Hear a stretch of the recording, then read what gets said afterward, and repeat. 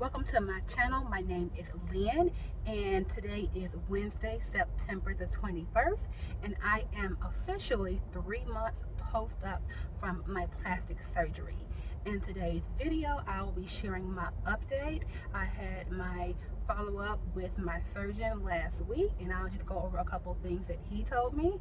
I am following up on my abdominoplasty and as well as my mini brachioplasty. And I say mini because my arms were not cut all the way up to my elbow. So let's jump right into it. For these first 3 months, the journey has been a little bit up and down, and honestly, I was kind of not happy with the results of my arms. As you saw in my last video, I kind of talked about some of the hanging part. Sorry, I'm driving, so I can't really show you that to you, but I did talk about some of the hanging part a little bit of my arms, and I was questioning my surgeon, is that the reason why I have a little bit more like flab underneath my arm, because I did not have a full brachioplasty? And he was like, no, it was because I could only remove what was an access, because I didn't have access hanging or fat all the way down to my elbow. He could not remove that portion as well.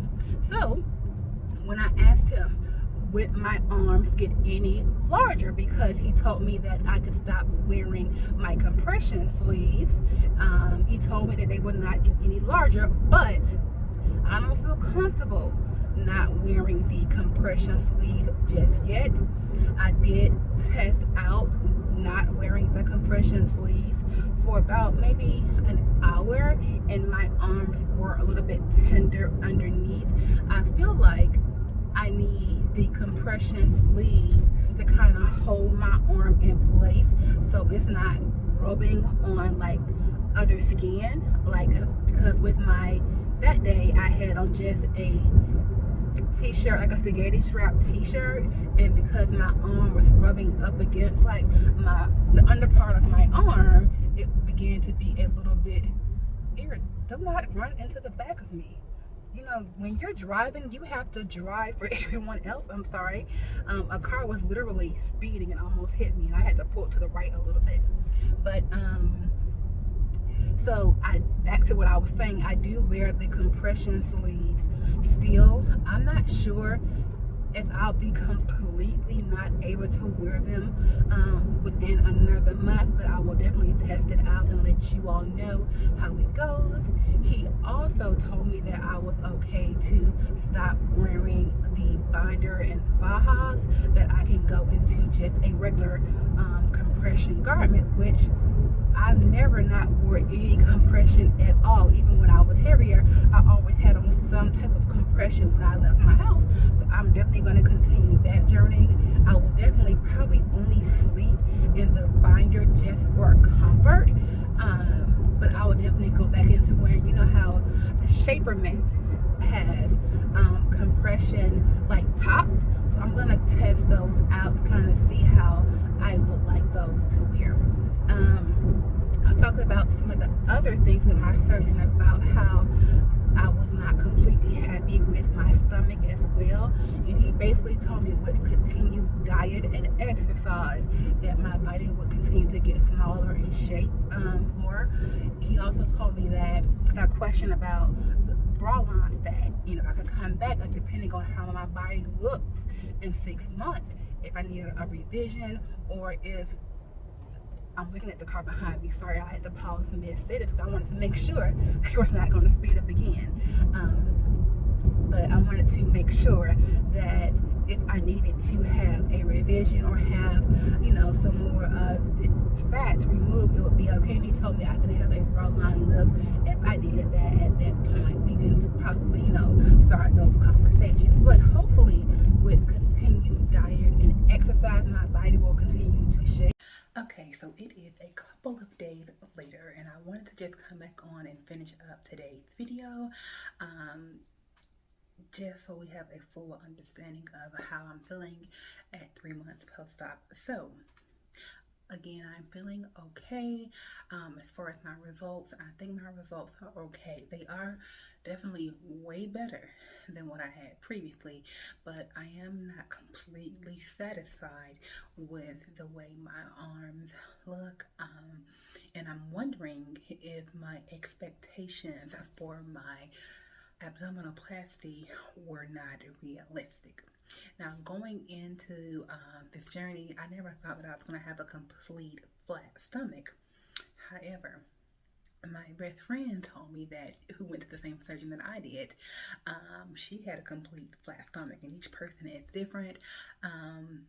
Another friend that I know went and saw the same surgeon, and like this surgeon that I saw, he's been my surgeon for all of my plastic surgery, so, and he has a great reputation. However, I just thought, since, hey, my best friend went to him, got her tummy tucked done, and had a flat stomach, so I assumed, I'm gonna have the same thing.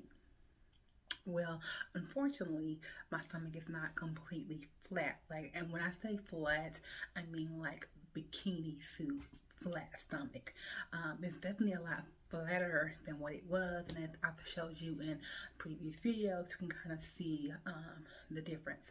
However, to kind of compare stomachs, when I talk about maybe a bathing suit, if I was going to wear a bathing suit at this point, it will have to be a one piece, and depending on how the bathing suit looks and fit, I may even put a little skirt in the front, or you know how they have the bathing suits with the little skirt thing in the front that kind of, so it's a little bit more flowy in the front.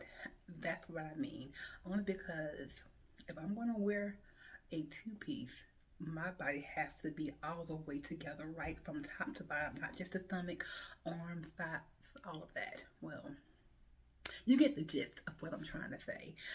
And as far as my arms, you will see with the continued diet and exercise how smaller my arms will get, and how fatter my stomach will get. If in 6 months I'm still not completely satisfied, then we're gonna have that revision conversation.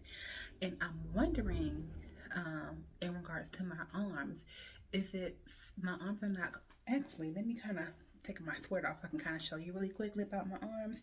I'm wondering if the reason that my arms are not like completely, like this is the way they look in a sweater. They look normal, they look fine, right? Give me 1 second, let me take my sweater off. Okay, so this is how they look, with my compression sleeves on. I'm gonna pull this up, and as you can see, if I can zoom in, there is a little bit of, not really jiggle, but just a little bit of fat that's a little underneath here. So I'm wondering is that because of the way maybe arms are shaped, or maybe my body was shaped with my arms, so as I lose weight, this little part down here will shrink down because I don't have, like I said, that full scar that goes all the way up. My scar stops about right here. So we'll see how it goes for the next 6 months, and then I will update you all, accordingly every week, and so forth. So that's going to be pretty much it for as far as the plastic surgery, my 3-month post-op. Next part of this video, I'm going to kind of go into eating. So thank you for watching this portion. For this part of the video, I'm going to do a quick grocery haul because, of course, what is giving a follow-up without also sharing what I am eating to continue the healthy journey during my post-op recovery. So I'm going to show you very quickly what I picked up. And so this is a brief overview of everything. There are some non-food items that I'll pretty much start with, but just this little bit of items here, the price has gone up on everything. It's about $140. And most of this stuff was supposed to be on sale at Kroger.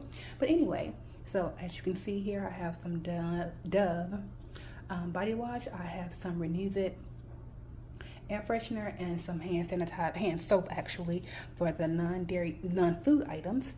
Going on to the food items, I have some sparkling water. I have some Just Eggs. This is pretty much going to be a plant-based food haul. Back here, I have some English cucumber. This right here, technically it's not healthy, and I'm not supposed to be eating it, but everything in moderation. Have some peaches. I also have some rice cauliflower. I've never tried this, but I wanted to go ahead and give it a try.